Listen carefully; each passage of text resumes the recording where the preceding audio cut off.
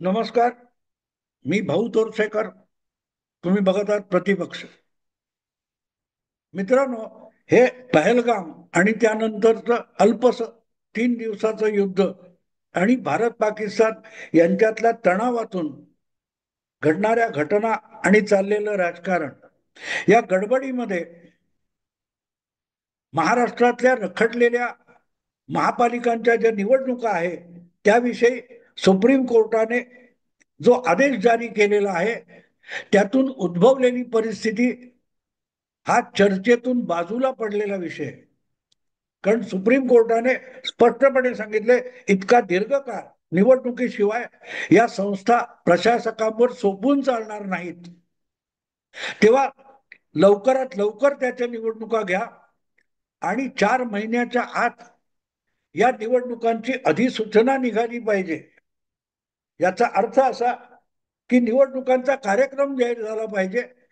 मग पाऊस असेल किंवा त्या कुठच्या कारणासाठी त्या निवडणुका लगेच घेता येणार नसतील, सण वगैरे वगैरे, तर त्या ऑक्टोबर नोव्हेंबर पर्यंत पुढे गेल्या तरी चालतील, पण त्या निवडणुकांच्या वेळापत्रकाची किंवा कार्यक्रमाची घोषणा सप्टेंबरच्या आत झाली पाहिजे.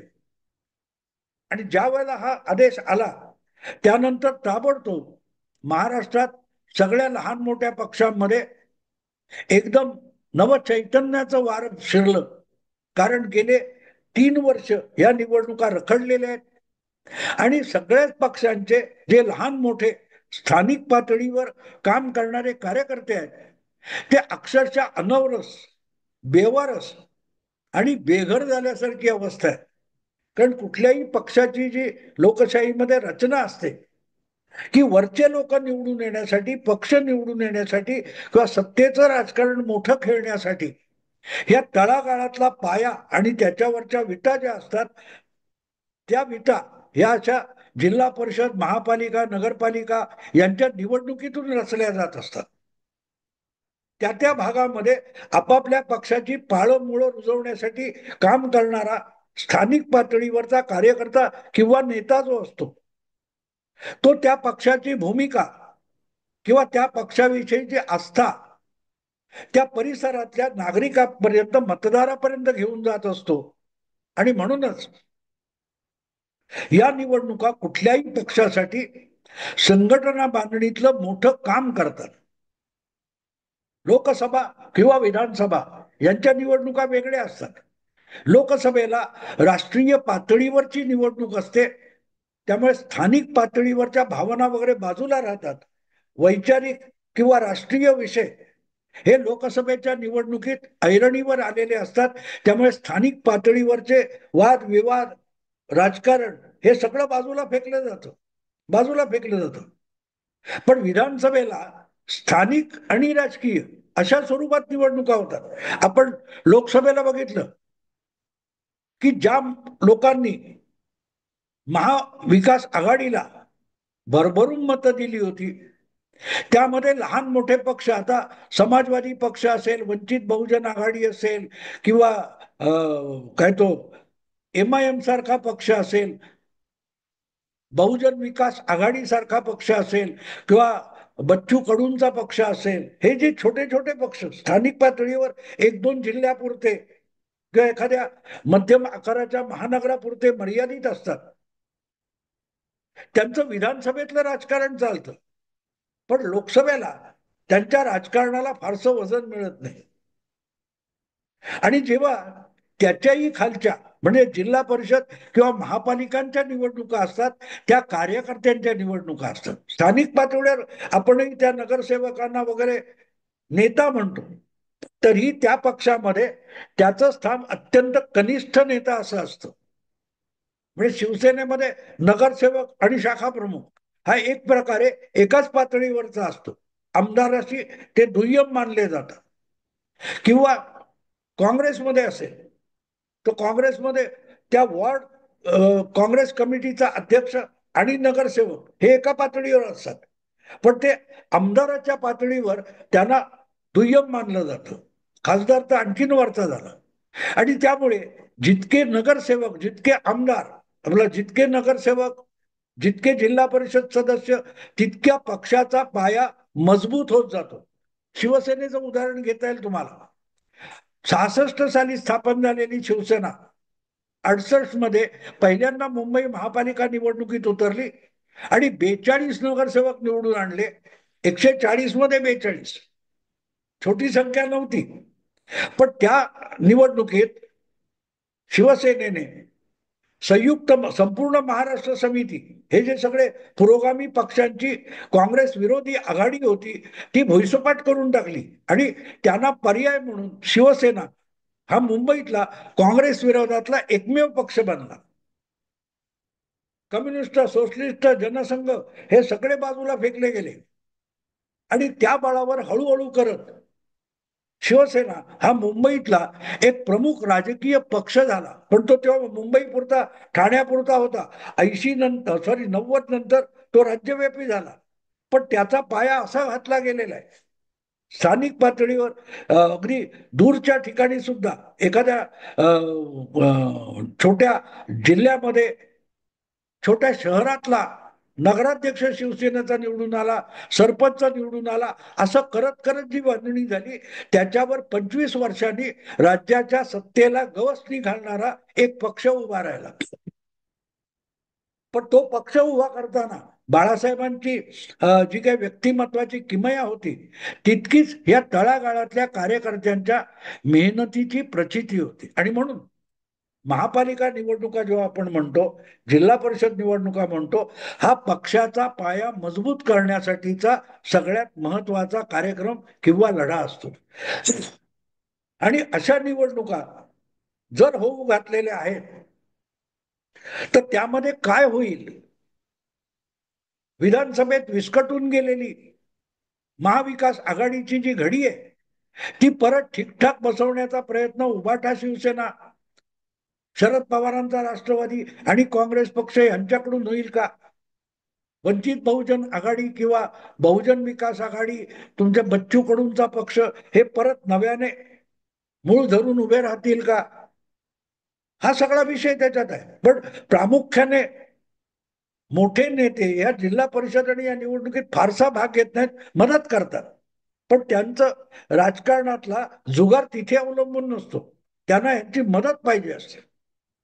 पण शिवसेना उभाठा हा जो पक्ष आहे त्याचा पायाच मुळात मुंबईतला आहे.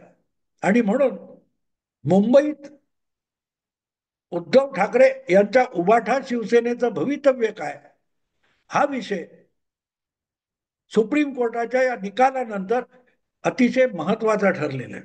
आणि त्याचं कारण सरळ आहे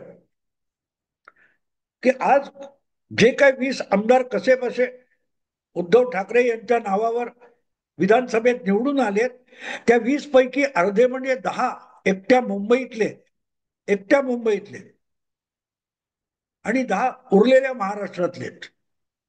आणि त्यामुळे शिवसेना इतक्या दीर्घकाळ राजकारणात तग धरून राहिली याचं कारण जवळजवळ 25-26 वर्ष मुंबई महापालिकेची सत्ता अबाधितपणे शिवसेनेच्या हाती राहिलेली आहे. आणि त्यामुळे भाजपशी काडीमोड घेतल्यापासून शिवसेनेची जी एकूण दुर्दशा झाली, अगदी शिवसेनेत फाटाफूट होईपर्यंत, तरी आपलंच म्हणणं रेटून रेटून नेताना उद्धव ठाकरे आणि त्यांच्या जे काही उरलेत सहकारी त्यांनी उभाटा शिवसेनेचं पूर्ण वाटोळं करून टाकले. पण त्यांचं नशीब इतकं आहे जे बाळासाहेबांच्या वाट्याला आलं नाही. सगळा मराठी मीडिया हा उद्धव ठाकरे यांच्या समर्थनासाठी उभा आहे आणि बाळासाहेबांच्या बाबतीत सगळाच्या सगळा मीडिया हा बाळासाहेबांच्या विरुद्ध उभा असायचा. पण ही सगळी मीडियाकडून होणारी मदत याचा योग्य वापर करून घेण्याची क्षमता उद्धव ठाकरे यांच्या नेतृत्वामध्ये आहे का, याची कसोटी, शेवटची कसोटी महापालिका निवडणुकीत लागेल. आणि म्हणून सुप्रीम कोर्टाने हा निर्णय दिल्यानंतर महाराष्ट्रातल्या एकूण 26-27 ज्या महापालिका आहेत दीर्घकाळ रखडलेल्या, त्यांच्या निवडणुकांचा विषय होण्यापेक्षा सलग चर्चा होत राहिली आहे अधूनमधून, ती फक्त मुंबई महापालिकेची. मुंबई महापालिकेचा निकाल काय लागेल आणि कारण सरळ आहे, एकट्या मुंबई महापालिका ही आशियातली सगळ्यात मोठी किंवा श्रीमंत महापालिका मानली जाते. देशातल्या कमीत कमी 7-8 राज्यांपेक्षा एकट्या मुंबई महापालिकेचा जो अर्थसंकल्प आहे हा मोठा आहे. दुभती गाय म्हटली चालेल इतकं मुंबईच्या महापालिकेचं आर्थिक महत्व आहे.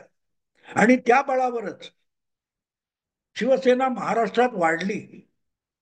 किंबहुना मुंबई महापालिका म्हणजे शिवसेनेचा प्राण आहे असं म्हटलं जातं, कारण तिथल्या अर्थकारणावर शिवसेना टिकली, चालवली गेली, जिंकू शकली. आता तीच गेली हातून, तर मग उद्धव ठाकरे काय करणार हा प्रश्न आहे. आणि लक्षात ठेवा, आता शिवसेना अखंड नाहीये. आणि म्हणून हा जो विषय होतोय चर्चेत, की आता गेल्या म्हणजे 2017च्या महापालिका निवडणुकीमध्ये भाजपने यशस्वीरित्या वेगळी निवडणूक लढून भाजपशी शिवसेनेशी टक्कर दिली.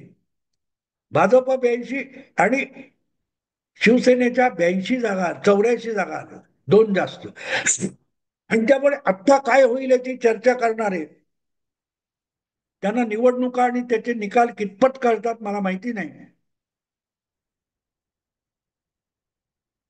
ते जो विचार करतायत की एकनाथ शिंदे आणि राज ठाकरे एकत्र आले तर, राज ठाकरे आणि उद्धव ठाकरे एकत्र आले तर, पहिली गोष्ट एक विसरतात की यापैकी कुठलंही नसताना भाजप हा गेल्या वेळेला होता तसाच आजही आहे, कदाचित थोडी ताकद वाढलेली आहे. पण शिवसेना उद्धव ठाकरे यांच्या नेतृत्वाखालची शिवसेना अखंड राहिलेली नाही, त्याच्यामध्ये उभी फूट पडली आहे.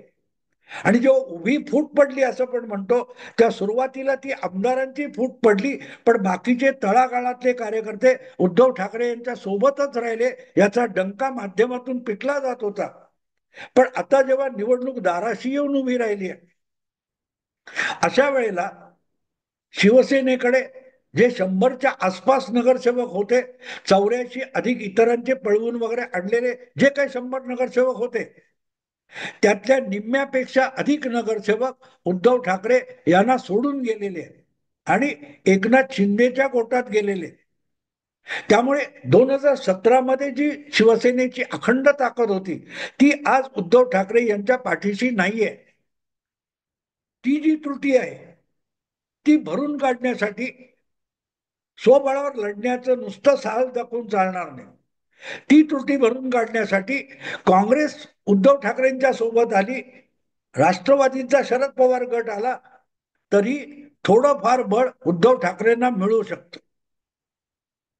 पण पूर्वीच्या ताकदीने आज उद्धव ठाकरे उभे राहू शकत नाहीत.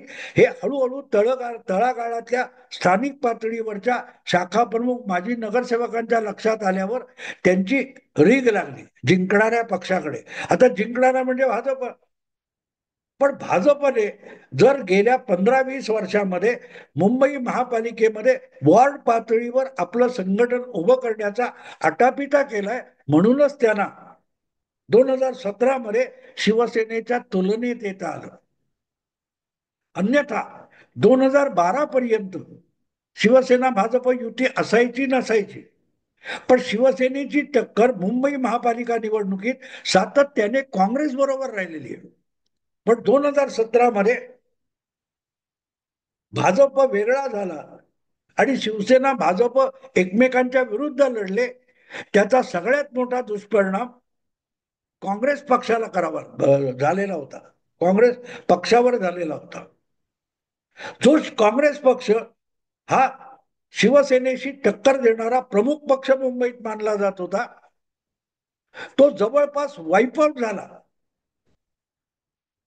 शिवसेनेपेक्षा एक 15-20-30 जागा कमी मिळवणारा, शिवसेनेच्या 80 असतील तर काँग्रेसच्या कमीत कमी 60-70 नगरसेवक असायचे.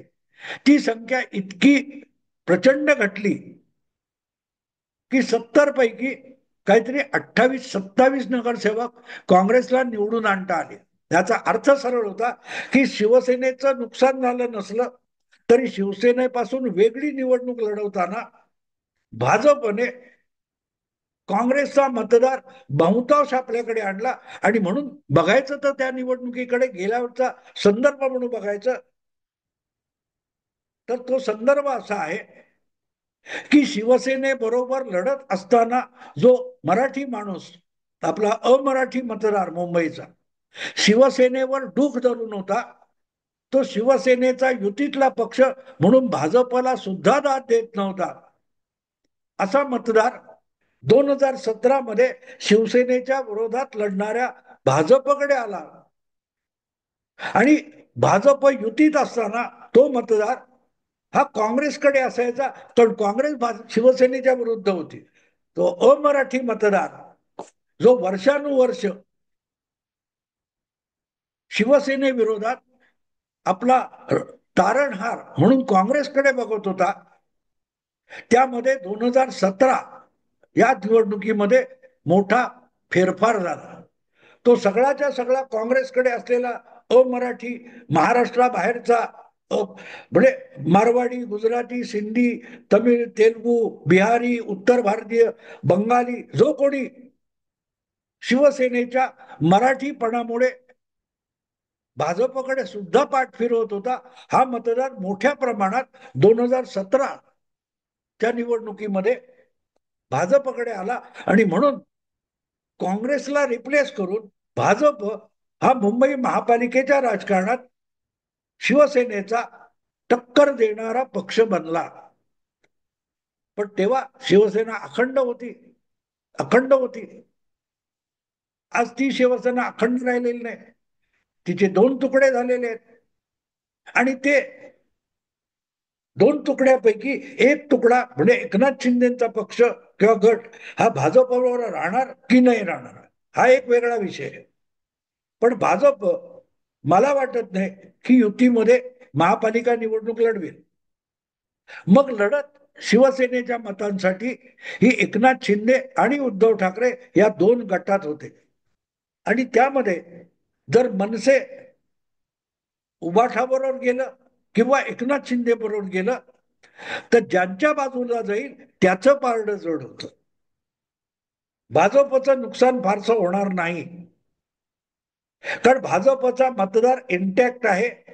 लागोपाठच्या निवडणुकांचे आकडे बघितले, लोकसभेपासून महापालिकेपर्यंत, तर भाजप आपला मतदार टिकवतं, टक्केवारी टिकवतं आणि थोडी का होईना त्यात वाढ करून घेतं. 2017 मध्ये भाजपने भाजपशी फारकत घेतल्याचा फायदा भाजपला मिळाला. शिवसेनेचं नुकसान झालं नाही, तरी सर्वाधिक नुकसान काँग्रेस पक्षाचं झालं. या वेळेला त्या भूमिकेमध्ये उद्धव ठाकरे यांचा पक्ष आहे. शिवसेना म्हणजे एकनाथ शिंदे यांचा पक्ष आणि राज ठाकरे एकत्र आले किंवा एकटे एकनाथ शिंदे आणि भाजप यांच्यात थेट एकमेकाविरुद्ध मुंबई महापालिकेत लढत झाली, तर त्यामध्ये एकनाथ शिंदेचं पारडं मला वाटतं जड आहे. किंवा दोघे एकमेकाच्या विरोधात जो नुकसान करतील ते नुकसान भाजपच्या वाट्याला येणार नाही. पण या गडबडीमध्ये जर एकनाथ शिंदे यांच्या धनुष्यबाणावर विश्वास ठेवून मुंबईचा कार्यकर्ता आणि मतदार पुढे जाईल आणि उद्धव ठाकरे यांच्याकडे दुर्लक्ष करण्याची घटना घडली, तर मग उभाठा शिवसेनेची 17 सालची काँग्रेस होऊन जाईल. म्हणजे भाजप आणि शिवसेना युती दुभंगली आणि एकमेकाविरुद्ध लढले आणि बळी गेला काँग्रेसचा. आज एकनाथ शिंदे आणि उद्धव ठाकरे यांच्यातलं भांडण जगजाहीर आहे, त्याचं आता इथे वर्णन करायची गरज नाही. पण ते एकनाथ शिंदे किंवा त्यांची शिवसेना आणि भाजप जर महापालिका निवडणुका एकमेकाविरुद्ध लढले तर कुठची शिवसेना टिकवायची हे मराठी माणसाला किंवा बाळासाहेबांच्या मतदाराला ठरवायला लागेल. आणि उद्धव ठाकरे, संजय राऊत किंवा आदित्य ठाकरे ज्या प्रकारे अनाठाई वक्तव्य अकारण अवेळी करत असतात, त्यातून त्यांनी शक्य तेवढा बाळासाहेबांचा मतदार आपल्यापासून दूर जावा याचे सतत प्रयत्न केले आहेत. आणि त्यामुळेच आज त्यांचे अनेक सहकारी जसजशा निवडणुका जवळ येत आहेत तसतसे एकनाथ शिंदेकडे जात आहेत. हे बघितल्यानंतर एक गोष्ट मान्य करावी लागते की या क्षणी शिवसेनेच्या दोन्ही गटापैकी एकनाथ शिंदे यांचं पारडं मुंबईत सुद्धा जड आहे. ठीक आहे, भाजपपेक्षा एकनाथ शिंदे यांचं पारडं मुंबई महापालिका क्षेत्रामध्ये हलकं असेल, पण एकनाथ शिंदे यांचं पारडं शिवसेनेच्या दोन गटात तोलातोली केली तर उद्धव ठाकरे यांच्यापेक्षा जड आहे. आणि म्हणून मला भीती आहे की मुंबई महापालिका निवडणुकीत शिंदे आणि भाजप एकमेकाविरुद्ध लढले तर मधल्यामध्ये स्वबळावर लढले तर उद्धव ठाकरे यांची काँग्रेस होऊन जाईल. आणि काँग्रेस आणि उद्धव ठाकरे एकत्र लढले, एकजुटीने लढले, जागा वाटप करून लढले, तरी त्यातून शिवसेनेला, उभाठा शिवसेनेला ऊर्जितावस्थेला आणता येईल अशी आज तरी परिस्थिती नाहीये. बघू काय होतं ते. मी इथेच थांबतो. आवडलं लाईक करा, शेअर करा आणि प्रतिपक्षाला सबस्क्राईब करा. नमस्कार.